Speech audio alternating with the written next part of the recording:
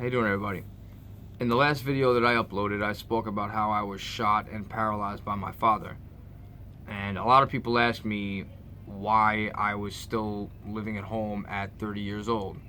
Not so much because of the video I made, but but just word of mouth around where I'm from, There's a stigma that is intrinsically associated with someone who is that age, as a matter of fact, much younger, who lives at home with their parents.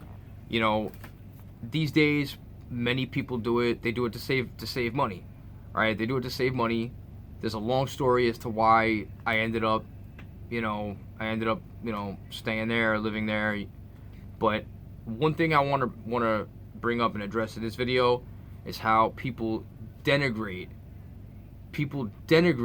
their friends for living at home with their parents, but they have no problem coming up with their palms up and accepting money so they can pay their rent, and then go around to everybody and brag about how they're so independent and and they're when they're out and when they're out and they get money and they're at the when they're out and they're having fun on the weekends and they're talking about how they're independent, everything, they don't depend on anybody for their money, and and then they don't, and they lose. It's like, do they really even, you gotta really wonder if really what they're thinking.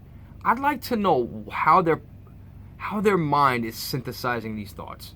I really would like to sit them down and have a psychologist psychoanalyze them and really just really give me a derivation as to what they're thinking. Are they really not aware of this? Are they really just that ignorant to the fact that of what they're doing? Are they really that ignorant? I mean, you got I've had this one friend who he got thrown out of his apartment and he needed money ASAP. So what I did was I gave him his first and last month's rent. The guy, he was so grateful this one day. He was so grateful.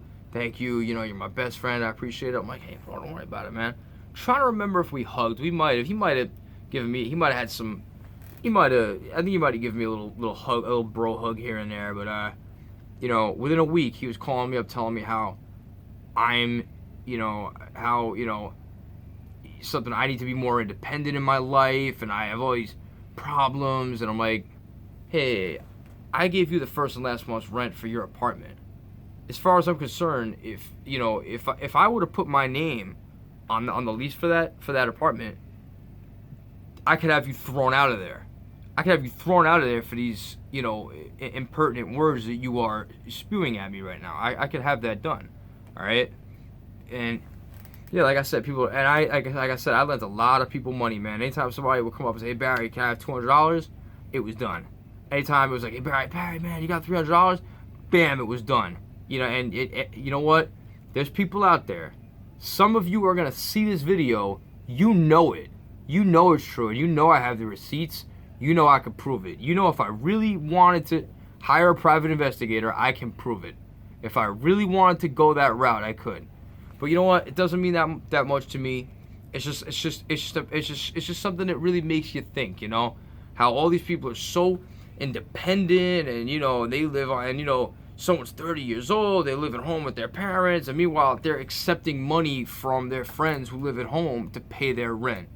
It's just unbelievable how some people that's the world for you.